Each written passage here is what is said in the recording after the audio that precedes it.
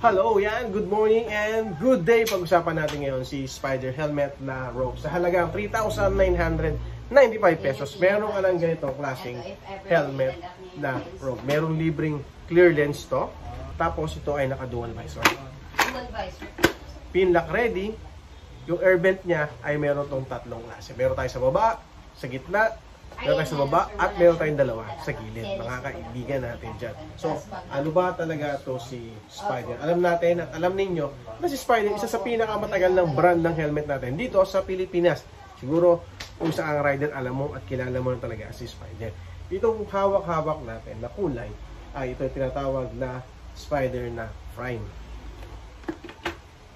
Naka-quick release, tapos yung kanyang pinaka-foam, yung pinaka-lining, masasabi ko na talagang trademark na nila, yung ganito na medyo malambot ng konti, pero quality pa rin naman talaga. At hindi ko masasabi na madali itong lumambot or mas madali itong sabihin natin maging manipis. Yeah, so ganun lang ha.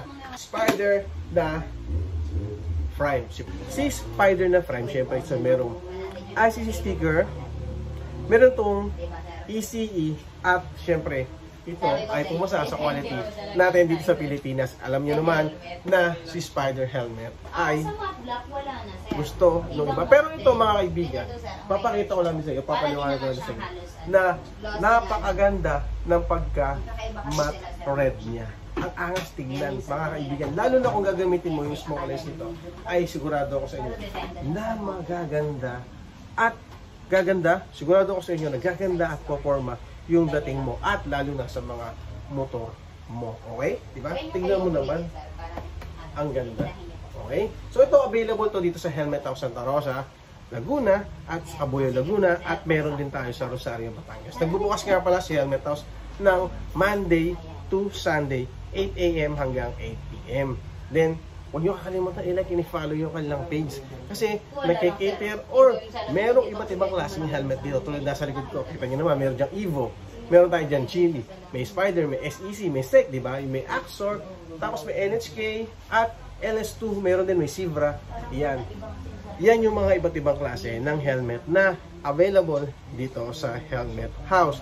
Meron din tayo dito top box, meron din tayo mga bracket, at kompleto po tayo sa mga gears. Kung gusto nyo, pumunta kayo dito, pwedeng cash, pwedeng installment, kasi nga po meron tayo dito home credit, meron tayong Salmon.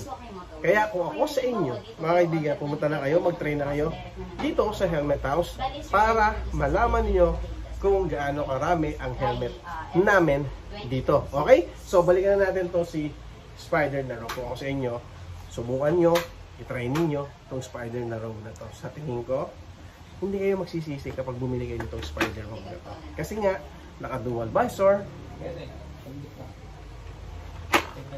quick release, ang ganda ng foam, ang ganda ng lining, ang ganda ng forma, at syempre, quality na helmet. Iyan po, or ganyan kaganda talaga si Spider helmet. Ngayon, kung meron kayong gusto i-review sa akin, or kung gusto nyo pa confer o comparison natin, please comment down below na lang, pag-usapan natin yan. And then, try natin at gagawa natin ng video. Kung anong gusto nyo i-review natin, kung anong brand ng helmet ang gusto nyo i-review natin, at syempre, isa-shoutout natin ngayon. Okay? So, yun lang. Maraming salamat. Bye-bye. Thank you.